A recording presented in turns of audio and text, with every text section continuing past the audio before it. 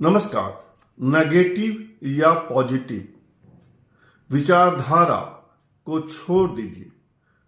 तो पिछले एक दशक में जय श्री राम के बाद अगर किसी पॉलिटिकल स्लोगन ने सबसे ज्यादा ख्याति बटोरी है तो वह है बटेंगे तो कटेंगे।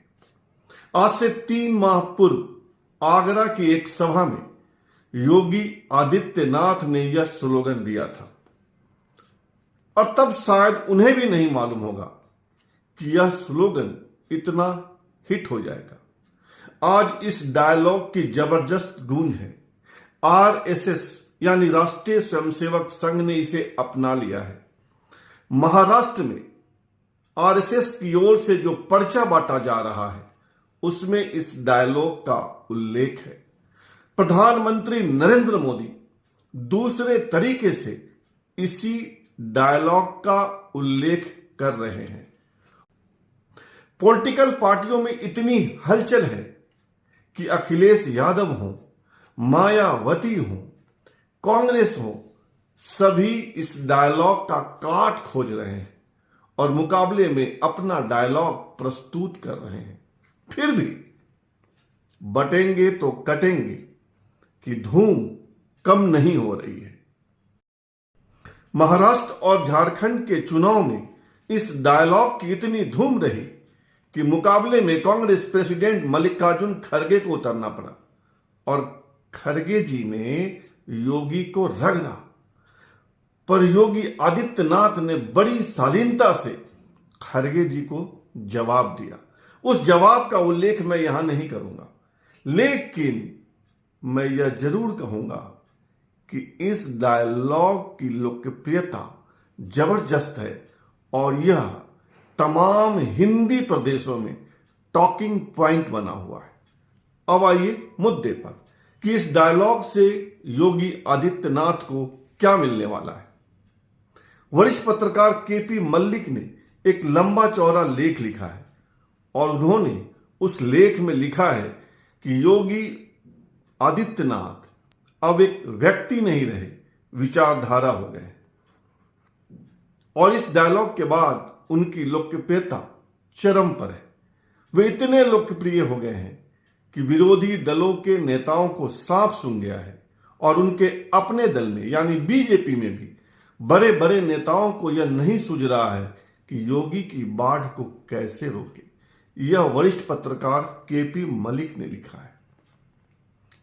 याद कीजिए मई का महीना जब अरविंद केजरीवाल ने कहा था कि योगी आदित्यनाथ लोकसभा चुनाव के बाद हटाए जाएंगे और अभी जब यूपी में 9 विधानसभाई सीटों पर उपचुनाव है, अखिलेश यादव यही कह रहे हैं कि चुनाव के बाद योगी आदित्यनाथ हटा दिए जाएंगे। क्या योगी सचमुच हटा दिए जाएंगे? सच यह है कि कोई भी व्यक्ति हमेशा सीएम नहीं रहता है।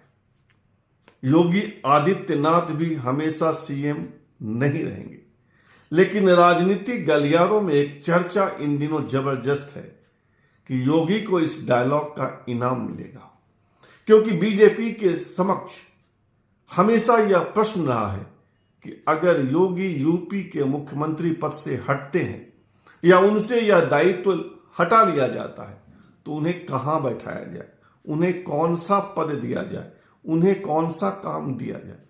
और अब कह रहा है, अब राजनीतिक सर्किल में कहा जा रहा है कि इस डायलॉग के बाद योगी इतने लोकप्रिय हो गए हैं, टॉकिंग पॉइंट बन गए हैं, चर्चा का विषय है कि बीजेपी का प्रेसिडेंट पद उनके लिए उपयुक्त हो गया है, क्योंकि बीजेपी और राष्ट्रीय स्वयंसेवक संघ में अब तक किसी एक नाम पर सहमति नहीं बनी है।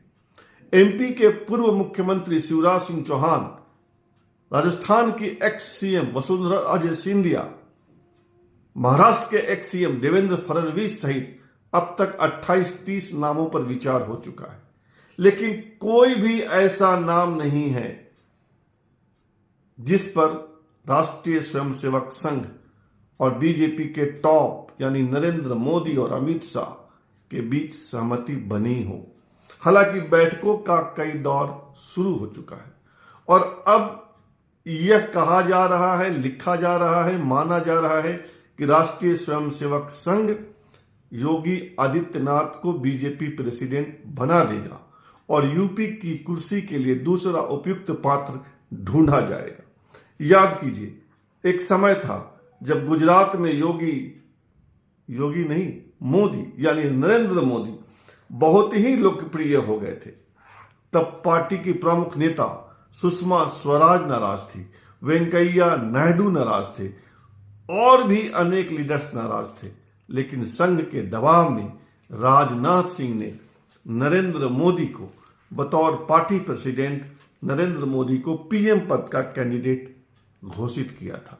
आज वही स्थिति आ गई है कि योगी इतने लोकप्रिय और घर घर तक पहुंच गए हैं कि संघ वीटो लगाकर योगी को बीजेपी प्रेसिडेंट बना सकता है।